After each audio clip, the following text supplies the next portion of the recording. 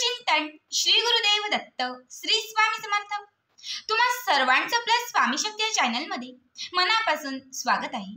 स्वामी तुम्हा सर्वांच्या सर्व चांगल्या इच्छा पूर्ण करोत एवढीच स्वामींच्या चरणी प्रार्थना करते आणि आपल्या आजच्या या नवीन आणि सुंदर व्हिडिओला पुन्हा एकदा नव्याने सुरुवात करते। भक्तांनो, आज गुरुवार आहे, अगदी आपल्या सर्वच स्वामी भक्तांच्या आवडीचा दिवस, कारण आज आहे आपल्या गुरूंचा दिवस। बघा, गुरुवारच्या दिवशी आपण आपल्या गुरूंची जास्तीत जास्त सेवा करायची असते आणि आपण स्वामींची जास्त सेवा करतो। गुरुवारच्या दिवशी जर तुम्हाला गुरुबळ प्रबळ करायचं असेल, तुमच्या गुरूंची जी काही कृपा तुम्हाला प्राप्त करून घ्यायची असेल, तुमच्या गुरूंचा सदैव तुमच्यावर, तुमच्या घरातील प्रत्येक सदस्यावरती आशीर्वाद राहावा असं जर तुम्हाला वाटत असेल, तर गुरुवारच्या दिवशी काही विशेष उपाय आणि सेवा करायचे असतात। बघा, ज्याच्या जीवनामध्ये ज्याचा गुरु प्रबळ असतो, गुरु स्ट्रॉंग असतो, त्याला जीवनामध्ये ना कोणत्याही व्यक्तीकडे हात पसरण्याची वेळ येत नाही।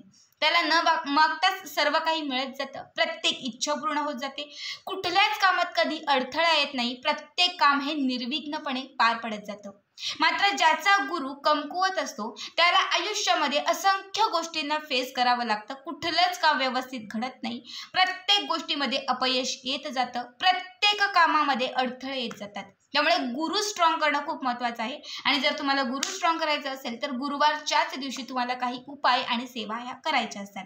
बघा, आत्ताच्या या व्हिडिओमध्ये मी तुम्हाला आजच्या दिवशी म्हणजे गुरुवारच्या दिवशी तुम्हाला तुमच्या घरामध्ये दोन टायमाला, एक सकाळचा टायमिंग आणि एक संध्याकाळचा टाइम, दोनही टायमाला तुम्हाला कापूर जाळायचा आहे। मात्र कापूर जाळत असताना काही विशेष गोष्टी तुम्हाला या कापरासोबत जाळायच्या आहेत, ज्या गोष्टी जाळल्याने तुमच्या घरामध्ये असलेली नकारात्मकता संपेल, तुमच्या घरामध्ये असलेली बाधा संपेल, तुमचा गुरुबळ जो आहे तो प्रबळ होईल, स्ट्रॉंग होईल आणि गुरूंचा आशीर्वाद तुम्हाला प्राप्त होईल।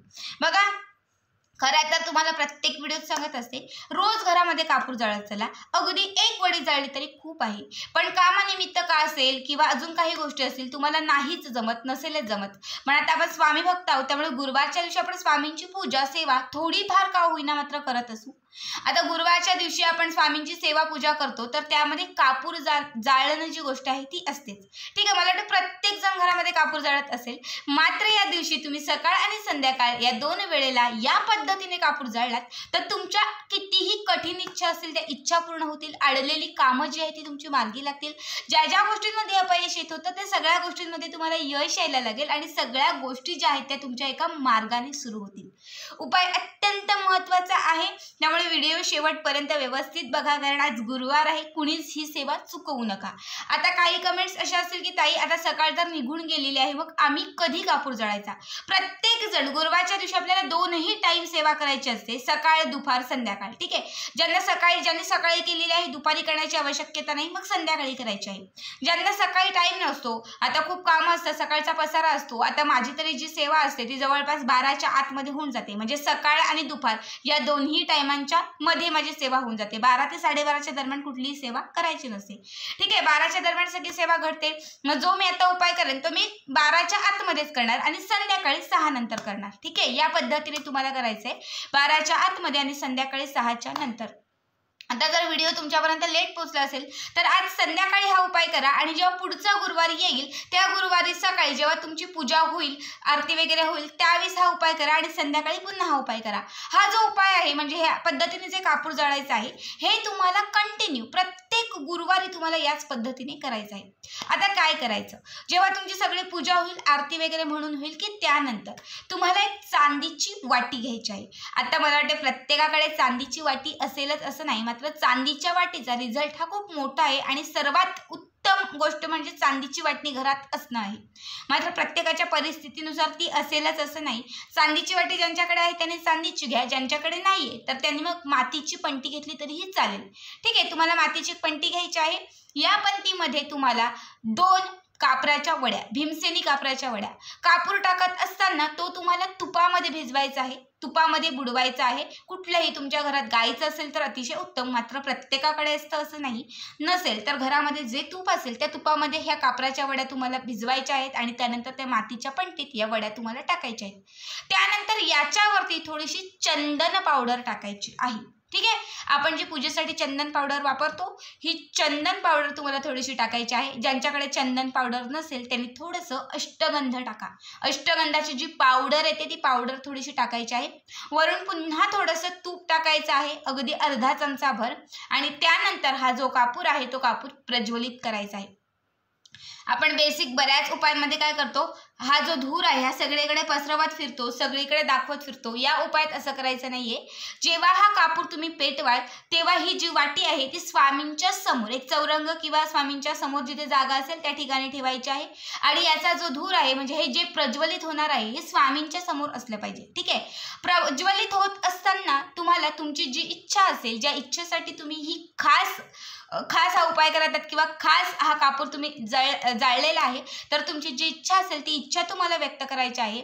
आणि इच्छा व्यक्त करून झाली की लगेचच तुम्हाला श्री स्वामी समर्थ महाराजांची सर्वात आवडीची सेवा, सर्वात महत्त्वाची सेवा, ज्या सेवेने स्वामी अत्यंत प्रभावी होतात किंवा ज्या सेवेने स्वामी पटकन जागृत होतात, ती म्हणजे पुरुष सूक्त.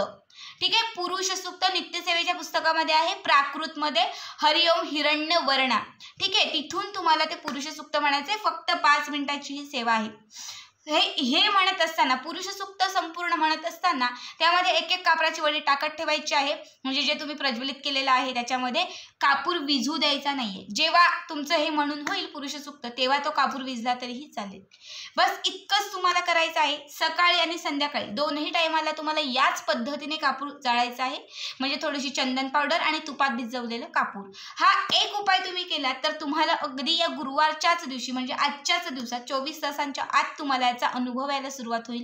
एक तरी स्वामींची लीला पाहायला मिळेल. मग अष्टगंध असेल, चंदन असेल, जे स्वामींना अत्यंत प्रिय आहे, याचा नुसता वास सुटल्याबरोबर आपले जे स्वामी आहेत ना ते जागृत होतात. जेव्हा तुम्ही कापरासोबत म्हणजे जेव्हा कापरामध्ये ही गोष्ट तुम्ही टाकणार आहात आणि जेव्हा ही गोष्ट जळायला लागेल तेव्हा याचा वास जो सुगंध जो आहे तो संपूर्ण घरभर पसरेल. आणि जे आपले स्वामी आहेत हे स्वामी त्यावेळेस तुम्ही जी इच्छा व्यक्त करत असाल, त्यावेळेस तुम्ही जे मंत्रस्तोत्र म्हणत असाल, हे प्रत्येक मंत्रस्तोत्र आपल्या महाराजांच्या जवळ पोहोचले जातील. आणि त्यामुळे तुमची जी इच्छा असेल ती इच्छा देखील स्वामी लवकर पूर्ण करतील. बघा, कापूर खरं तर जाळल्याने घरातील कुठलीही नकारात्मकता जी आहे ही नकारात्मकता संपून जाते. जेव्हा तुम्ही या पद्धतीने कापूर जाळाल म्हणजे तुपामध्ये मिक्स करून जेव्हा हा कापूर जाळणार तेव्हा घराच्या कानाकोपऱ्यात कुठेही असलेली एखादी वाईट शक्ती, कुठलीही बाधा, कुठलीही नकारात्मकता त्या कापरामध्ये येऊन भस्म होणार आहे. त्यामुळे तुमच्या घरातील दारिद्र्य, नकारात्मकता, वाईट शक्ती, बाधा हे सगळं नष्ट होईल आणि तुमच्या घरामध्ये स्वामींची अखंड कृपा प्राप्त होईल. तुमच्या इच्छा आपल्या महाराजांपर्यंत पोहोचल्या जातील. आणि जेव्हा तुमच्या इच्छा आजच्या दिवशी महाराजांवरती पोहोचतील म्हणजे महाराज स्वीकारतील तेव्हा त्या इच्छा ज्या काही असतील त्या त्वरित महाराज पूर्ण देखील करतील. अत्यंत साधा सोपा उपाय आहे. प्रत्येक गुरुवारी तुम्ही जर केला तर अत्यंत उत्तम आहे. जसं तुम्हाला जमेल तसं तुम्हाला करायचं आहे. आता ताई आम्हाला दोन्ही टाइम नाहीच शक्य, त्यांनी कमीत कमी एक टायमाला संध्याकाळी किंवा सकाळी दोघांपैकी एका टायमाला तरी हा उपाय आवर्जून करा. तर आजचा हा व्हिडिओ कसा वाटला नक्की कमेंट करा आणि असेच पुढचे व्हिडिओ पाहण्यासाठी चॅनलला सबस्क्राईब करा. भेटत पुन्हा एक अशाच एका नवीन सुंदर आणि छान व्हिडिओमध्ये. तोपर्यंत सर्वांना धन्यवाद. श्री स्वामी समर्थ. जय जय स्वामी समर्थ.